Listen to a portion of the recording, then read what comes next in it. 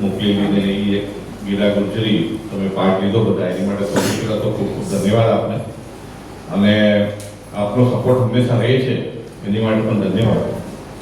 પહેલાં તો આજે ગીરા ગુજરી વિશે એમને કીધું નહીં, પણ હું કહી દઉં કે એક એવો પ્રકલ્પ છે. પહેલાં કલા ગુજરી વિશે થોડુંક આપણે વાત કરીએ કે કલા ગુજરી એકમાત્ર સંસ્થા મુંબઈમાં આજે છે કે જે સાહિત્યને વેગ આપે છે, સાહિત્યને દરેક જે પાંખ છે એને પ્રોત્સાહન આપે છે. અને જેટલા બી આપણે કહીએ કે ભાઈ લેખક છે કે કવિતા કવિ છે કે નિબંધ લખે છે કે જે બી આપણા આર્ટ છે આપણી, એને આપણે આગળ વધારવામાં કોશિશ કરીએ છીએ કે એ આર્ટિસ્ટ અહીંયા આવે અને પોતાની કળા રજૂ કરે. એટલે આપણે પ્લેટફોર્મ પૂરું પાડીએ છીએ અને જેટલા બને એટલા વધારે અમે અહીંયા પ્રોગ્રામ કરીએ છીએ કે ભાઈ આવવાવાળા અહીંયા પોતાનું સ્કિલ જે છે એ ડેવલપ કરી શકે અને લોકોને કહી શકે કે ભાઈ હું આ કવિતા લખી શકું છું. કે ક્રિએટિવિટી જે છે એને અમે આપણે વધારવાનું કામ અહીંયા કરતા હોઈએ છીએ. છેલ્લા 30-32 વર્ષથી ગુજરાતી ભાષાની સેવા અને કળાને પ્રોત્સાહન અમે કન્ટિન્યુઅસ આપીએ છીએ, અને એમાં આ કડી છે અલગ અલગ પ્રકારના પ્રોગ્રામ અને ઇવેન્ટ કરતા જોઈએ છે અમે. એટલે નિબંધના હોય, કવિતાના હોય, કે એકાંકી હોય, એકોક્તિ હોય, કે પછી આવતા વીકે જે કરવાના છે અમારા આપણા એનઆરઆઈ સાહિત્યકારો છે અહીંયા આવતા હોય છે, એમનો એક્સપિરિયન્સ, પછી નટવર ગાંધી હોય, કન્ના નાયક હોય, શરીફાવાળા હોય, બધા જ અહીંયા આવ્યા છે. લગભગ બધા જ આપણા ગુજરાતી રંગભૂમિમાંથી બી ઘણા આવે છે અહીંયા. ચિરાગભાઈ છે કે લગભગ બધા છે, પરેશ છે, અને લગભગ અહીંયા આવીને પોતાનું કળા અને સાહિત્ય અમારી સાથે શેર કરતા હોય. એમાં અમારું જે કામ છે બે વસ્તુ છે કે એક તો આપણું ગુજરાતી સાહિત્ય લોકો સુધી લઈ જવું, કારણ કે આમ પણ આપણે બધા જોઈએ છીએ કે ગુજરાતી ભાષા ધીમે ધીમે બોલાતી ચાલવામાંથી ઓછી થાય છે. તો આપણું પહેલું ફરજ એ છે કે ભાઈ આપણે ગુજરાતી ભાષા તો જીવતી રહેવાની છે, એમાં મને કોઈ ડાઉટ નથી કે ગુજરાતી ભાષા ઘણા કે છે કે નહીં બોલાય એવું તો મને લાગતું નથી, કારણ કે જ્યાં સુધી એક ગુજરાતી બી છે, ગુજરાતી બોલાય છે, ત્યાં સુધી તો વાંધો લાગતો નથી. પણ આપણે સાહિત્ય વિશે જઈએ. ગુજરાતી ભાષા તો કંઈ થવાનું નથી, પણ ગુજરાતી સાહિત્યને આવતી પેઢી અને આજની પેઢી પણ આપણી પેઢી બી જાણે કે ભાઈ ફક્ત બીજા આપણે જ્યારે બીજું સાહિત્ય જોઈએ છે ત્યારે આપણને થાય કે આ કેટલું સરસ સાહિત્ય છે, કે મરાઠી સાહિત્ય છે કે સાઉથનું સાહિત્ય આપણે જોતા હોઈએ, પણ આપણે બધાને કેટલી ખબર છે કે આપણું ગુજરાતી સાહિત્ય કેટલું બધું સમૃદ્ધ છે. અને જે વારસો આપણને જે આપી ગયા છે, પછી ચુનલાલ મડિયા હોય કે મનુભાઈ પંચોળી હોય, ધૂમકેતુ હોય, સુંદરમ હોય, જેની કવિતાને રચના સાંભળીને આપણે ભણીને મોટા થયા. દિવેટિયા હોય, એની કવિતાઓ આપણે ભણવામાં વાંચી છે, અને જ્યારે હજી આપણને યાદ છે સ્કૂલમાં ભણેલા, તો મન લાગે છે કે પછી કલાપી હોય, પણ એને આપણે આપણી ફરજ છે કે આવતી પેઢીને પહોંચાડવું કે ભાઈ આ આપણું રીચ સાહિત્ય છે અને એને જણાવવું બહુ જરૂરી છે. એવું સતત અમે કાર્ય કરતા રહીએ છીએ, અને આપ સૌનો એમાં સહયોગ હોય છે, અને આવો જ સહયોગ તમે રાખશો એવી આશા છે.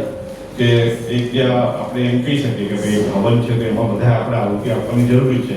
બધા ગુજરાતીઓની ફરજ છે કે આપણું સાહિત્ય જે છે એ સમૃદ્ધ રહે અને આવતી પેઢીને અને આગળ ચાલતું રહે. એની એક કડીમાં આ જે કાર્યક્રમ છે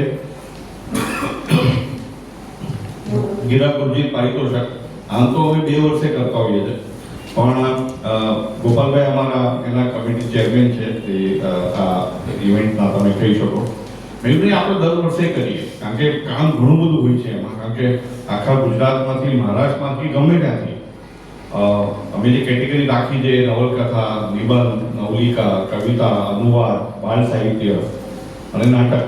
બીજાની તો પહેલાં એની કેટેગરી રાખવી, એમાંથી બધાને એની કૃતિઓ મંગાવવી અને એને જજ કરવાના આવે છે કે એટલા સિદ્ધસ્થ હોવા જોઈએ. તમે જે કૃતિઓ મોકલો એ અમારા કંઈ ગોપાલભાઈ અમે લોકો ચેક નથી કરતા, એમને બી મોકલવી પડતી હોય છે કે જે એ ક્ષેત્રમાં આગળ વધેલા કોઈ આપણે એક્ઝામિનર આપણે કહીએ કે એને આપણે આપતા હોય કે તમે આને મૂળો કેવી રીતે છે, એની પરથી એક એન્કરેજ કરવા માટે નંબર જગ્યાએ આપણે નંબર તો ઠીક છે, આપણે 1, 2, 3 આપતા હોઈએ છીએ અને આપવા જોઈએ, એમાં કોઈ ના નથી. તો તો એ આપણે દર વખતે કામ ઘણું બહુ હોય છે એટલે 2 વર્ષે કરીએ છીએ, પણ મારા ખ્યાલથી મેં કીધું કે આપણે વર્ષે કે થોડું આપણે બધા મહેનત સાથે કરશું. અને નવું બી એમ કીધું વાત નહીં કે ભાઈ કમસે કમ આપણે મોટિવેશન કરવા માટે આપણે જે વિજેતા છે એને ખાલી એમ કહી દઈએ કે વિજેતા છો તમે, થોડું સરપ્રાઈઝ એલિમેન્ટ રાખીએ કે ભાઈ પહેલા છો, બીજા છો, ત્રીજા છો એ નહીં કહીએ, પણ તમે વિજેતા છો એમ કહીએ તો કમસે કમ તમે આવો. કારણ કે ઘણી વસ્તુ બધું છે આજકાલ બધાને ઇન્સેન્ટિવ મોટિવેશન જોતું હોય, એટલે તમે ના આવો અને તમે વિજેતા હો તો એનો કંઈ મતલબ રહેતો નથી. અમે આટલી જો મહેનત કરતા હોઈએ અને ખાસ તો ગોપાલભાઈ અને મેઘાબેન આટલી જો મહેનત કરતા હોય બધા અમારા બધા સભ્યો બી કમિટી મેમ્બર, અને જો એનો પ્રતિભાવ ના મળે તો એનો કોઈ મતલબ નથી. તો આજે સારું છે મારા ખ્યાલથી ગોપાલભાઈ 12-13-15 જણા વિજેતાઓ 13 વિજેતાઓ અહીંયા આવ્યા છે અને એને આપણે મળશું છે વાત કરશું. અમુક લોકો નથી આવી છે that is okay. સો એટલે આજે 83 બુક 83 આવી ગોપાલભાઈ 83 કૃતિઓ આવી ટોટલ 6-7 કેટેગરીમાં. તમે વિચારો કેટલું ભગીરથ કામ આપણે અહીંયા થાય છે. અને ખાસ ગોપાલભાઈ માટે ખાસ તમારે લાગે છે તાળીઓ પાડવી જોઈએ.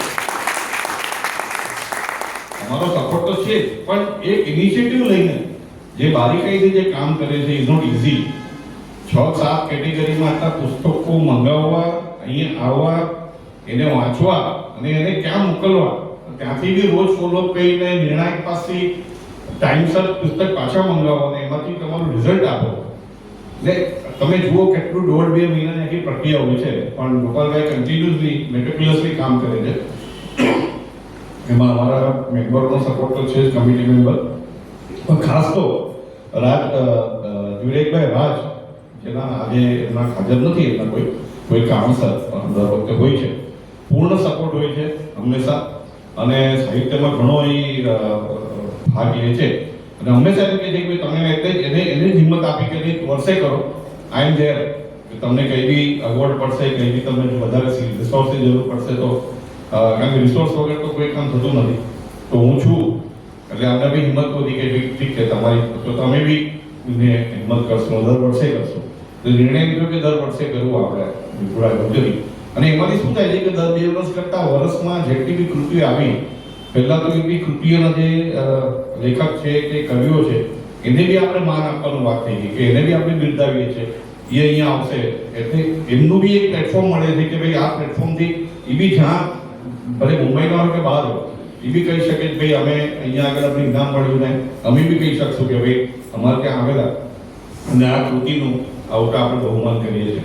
અને એટલે what we are trying to do is કે ભાઈ જેટલું બને જેટલું મેક્સિમમ થાય કે અમે જેટલા બી લેખકો છે કે લિટરેચર સાહિત્યકારો છે એમને જેટલું બને એટલું મોકો આપીએ કે એ બી અહીંયાથી આગળ જાય.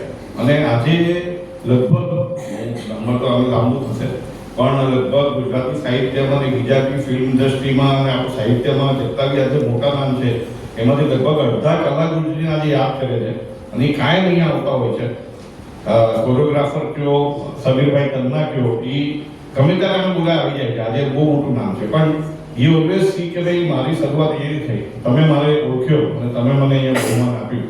તો એવું જ અમે જોવા માંગીએ છીએ કે અહીંયા જે આજે આવેલા છે એ ફક્ત મહારાષ્ટ્રમાં નહીં, આખા ગુજરાતમાં નહીં, આખા ભારતભરમાં આપણું નામ થાય. અને આઈ થિંક એ તમે આગળ વધશો તો કલાકૃતિની તપસ્યા છે એ મારા ખ્યાલથી પૂરી થશે. તો આપ સૌને ખૂબ બેસ્ટ ઓફ લક. અને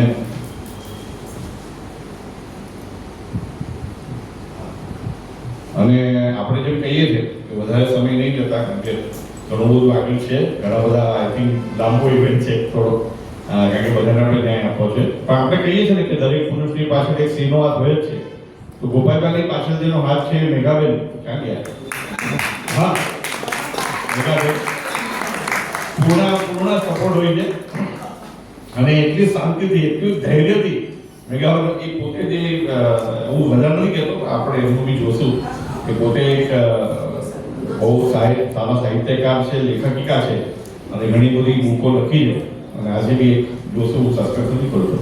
તો ગોપાલભાઈ અને મેઘાબેનની આપણે જોડી, મને કહે આ જે ગીતા ગુર્જરી છે એનું બધું શ્રેય એમને જાય છે. અમે તો પાછળ હોઈએ છીએ.